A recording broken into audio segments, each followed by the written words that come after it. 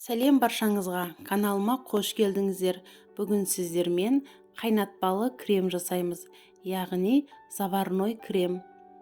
Бұл креммен медовик торттарды, наполеонды, пирожнилар жасауға болады. Ең алдымен бізге 2 жұмыртқамызға қантымызды салып, венчиктің көмегімен араластырамыз.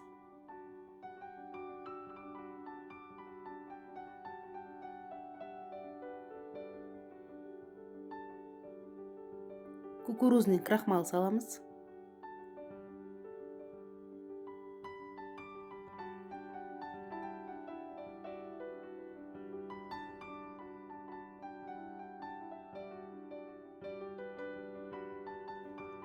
Лимонның седрасы, яғни сыртын үккіштен өткізіп қосамыз. Барлығын бір келкі болғанша жақсылап араластырамыз.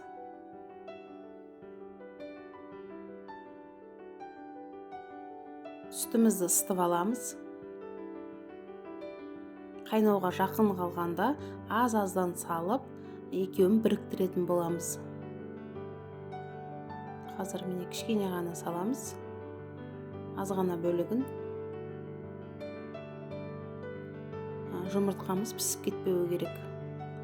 Сондықтан аз-аздан салып отырып, жақсылап араластырамыз. Енді екеуін біріктіреміз. Міне осылай жақсылап тез араластырамыз. Түбіне жабысып, жұмыртқамыз пісіп қалмауы керек. Тоқтатпай, үздіксіз араластырып отырамыз. Креміміз қоюлана бастайды.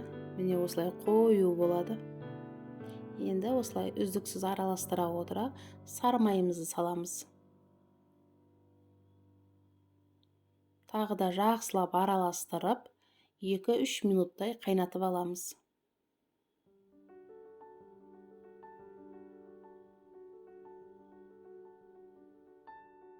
Бір шым ванилин қосып жібереміз. Бұл кремге дәм беру үшін.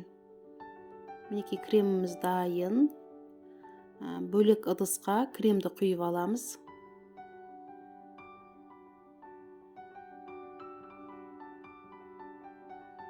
Бетін пищевой пленкамен жауып,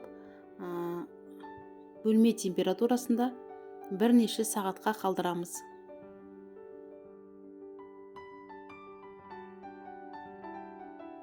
Креміміз дайын болды.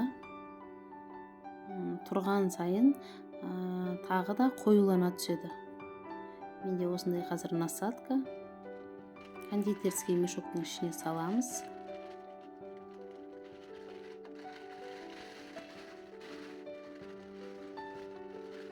Қазір осы мешокқа кремімізді саламыз.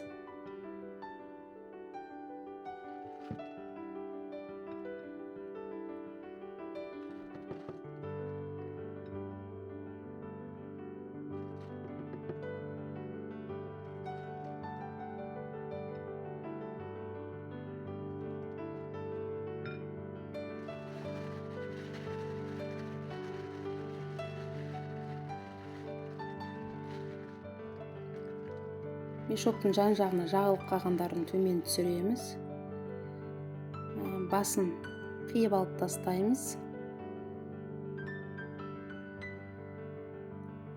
Енді насадкамызды төмен түсіріп, неше түрлі қазір гүл тәріздес крем жасаймыз. Сіздерде егер насадка болмаса, мешоктың басын кесіп те жасай беруге болады. Қараңыздар, қандай күшті крем шықты.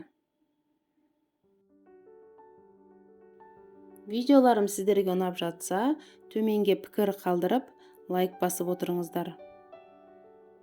Сіздермен болған Эльмира, астарыңыз дәмді болсын.